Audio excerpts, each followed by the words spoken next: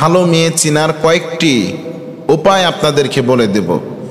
প্রত্যেকটা যুবকের জানা দরকার, বিয়ের পূর্বে যদি কোনো নারীর মধ্যে এই গুণগুলো থাকে অবশ্যই আপনি চোখ বুঝে তাকে বিবাহ করে নিতে পারবেন।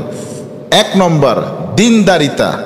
দিনদারিতা থাকবে। দিনদারিতা মানে সে অবশ্যই নামাজ পড়ে, অবশ্যই রোজা রাখে, অবশ্যই মানুষের সাথে সৎ ব্যবহার করে, অবশ্যই সে সালাম বিনিময় করে, পিতামাতার কথা শুনে, পিতা তাকে যে ঘরের মধ্যে থাকতে দিয়েছে এটাকে সে ক্রস করে না, অতিক্রম করে না, বিনা বারণে এবং বিনা হিসাবে বিনা প্রয়োজনে বাহিরে বের হয় না। এটা দিনদারিতা নারী।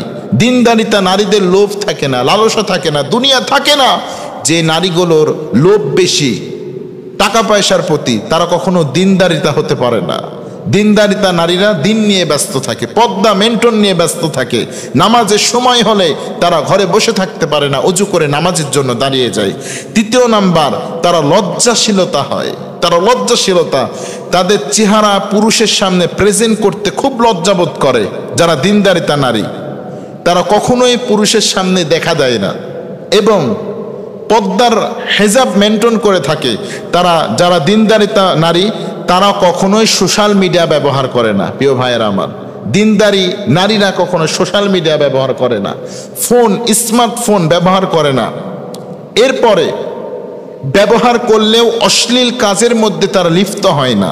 সব নারী স্মার্টফোন ব্যবহার করে মানে খারাপ এটা নয়, সবাইকে এক পাল্লায় তুলবেন না।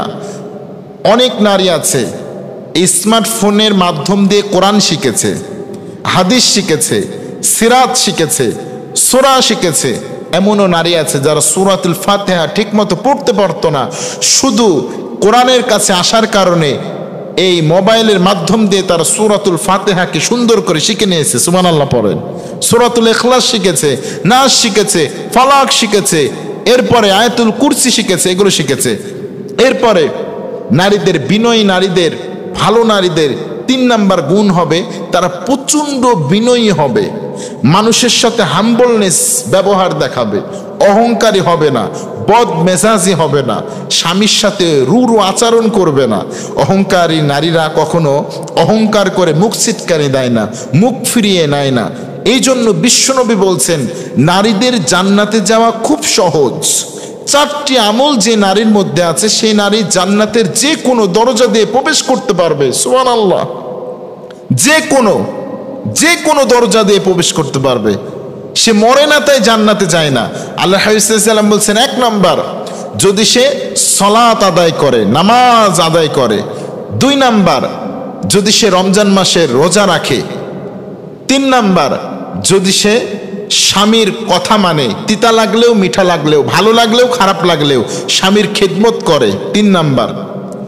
4 নাম্বার, যদি সে লজ্জাস্থানের হেফাজত করে। লজ্জাস্থানে স্বামী বাসায় নাই, নিজের সতীত্বকে ধরে রেখেছে, হেফাজত করেছে। আল্লাহ হাবিব সাল্লাল্লাহু আলাইহি ওয়াসাল্লাম বলেন এই 4টা আমল যে নারী করলো আমি মুহাম্মদ সাল্লাল্লাহু আলাইহি ওয়াসাল্লাম তাকে জান্নাতের সার্টিফিকেট দিয়ে দিলাম। 4টা আমল যদি সে দুনিয়ায় করে মরে যেতে পারে, বিশ্বনবী বললেন তাহলে কনফার্ম তার জন্য জান্নাত বরাদ্দ আল্লাহ রাব্বুল আলামিন রেখেছেন। সুবহানাল্লাহ। এই 4টি আমল নারীদেরকে শিক্ষা দিতে হবে। তার মানে ভালো নারী যারা আল্লাহ ওয়ালা তাদেরকে চিনবেন কিভাবে? তারা কখনো অহংকারী হয় না, মানুষের সাথে রূঢ় আচরণ দেখায় না, খারাপ আচরণ দেখায় না। এরপরে যারা ভালো নারী তারা কৃতজ্ঞশীল হয়। আপনি তাকে যদি কোনো কিছু দেন সে আলহামদুলিল্লাহ বলে গ্রহণ করবে। আপনি বাজার থেকে আপনার ওয়াইফকে, আপনার ওয়াইফ ভালো না খারাপ চিনবেন কেমন করে? দেখেন ইসলাম কি বলছে। আপনার স্ত্রী যদি ভালো হয় তাহলে তাকে বাজার থেকে যদি একটা শাড়ি কিনে নিয়ে এসে দেন, খুব কম দাম, দেখতে তেমন একটা ভালো না, রংটাও ভালো না, আপনি দিয়েছেন, সে পাওয়া মাত্রই শুকর আদায় করেছে, শুকরিয়া আদায় করেছে আর বলেছেন আলহামদুলিল্লাহ, আল্লাহ আমার হাজবেন্ড আমার জন্য এই শাড়িটা নিয়ে এসেছে, আল্লাহ আলহামদুলিল্লাহ, তুমি তার রিজিকের মধ্যে, রুজি রোজগারের মধ্যে আর হায়াতের মধ্যে বরকত দিয়ে দাও। এরা হলো ভালো নারী। এরাই রাবিয়া বসরি, এরাই মা খাদিজার মতো, এরাই মা ফাতেমাতুজ জোহরার মতো, এরাই হলো আসিয়ার মতো, ঠিক কিনা? এরাই হলো মারিয়ামের মতো নারী। এদেরকে চিনতে হবে এভাবে, শুকরগুজার।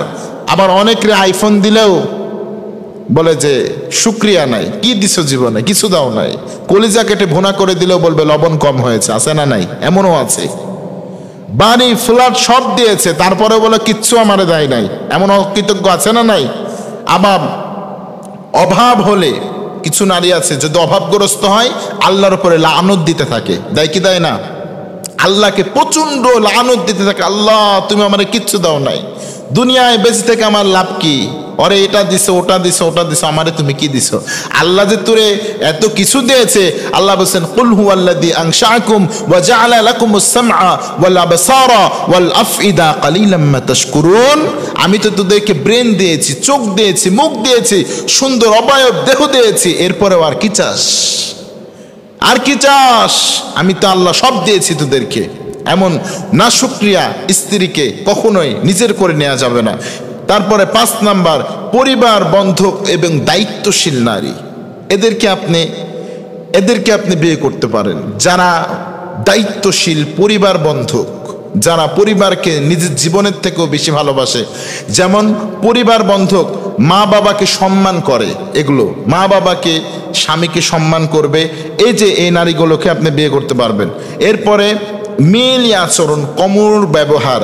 আল্লাহ হাবিব সাল্লাল্লাহু আলাইহি ওয়াসাল্লাম বলছেন যে নারীগুলোর আচরণ কোমল, স্বামীর সাথে কোমল আচরণ দেখাবে, আল্লাহ তাআলা তাদের জন্য সুন্দর জান্নাতকে রেডি করে রেখেছেন। সুবহানাল্লাহ। আল্লাহ হাবিব সাল্লাল্লাহু আলাইহি ওয়াসাল্লাম বলছেন একটু কষ্ট হলেও নালিশ করো না।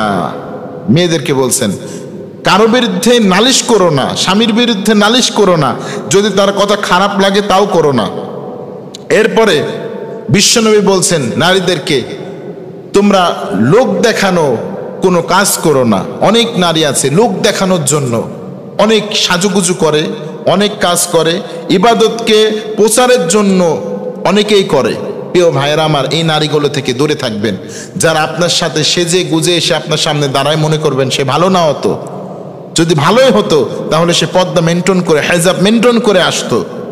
সে যেহেতু আপনার সামনে প্রদর্শন করছে লোক দেখানোর জন্য, তার মানে তার ইমানের মধ্যে সমস্যা আছে, তার আকীদার মধ্যে কি আছে? সমস্যা আছে। এরপরে 9 নম্বরে তার দেখতে হবে সৎ আমানতদারিতা। 9 নম্বরে কি দেখবেন? আমানতদারিতা। তার কাছে 1000 হোক 500 হোক টাকা রাখবেন, রেখে বলবেন তোমার কাছ থেকে আমি কিছুদিন পরে নেব টাকাটা। যদি সুন্দরভাবে ওই টাকাটাই আপনি পেয়ে যান তাহলে চোখ বুজে বিশ্বাস করবেন সে আমানতদারিতা।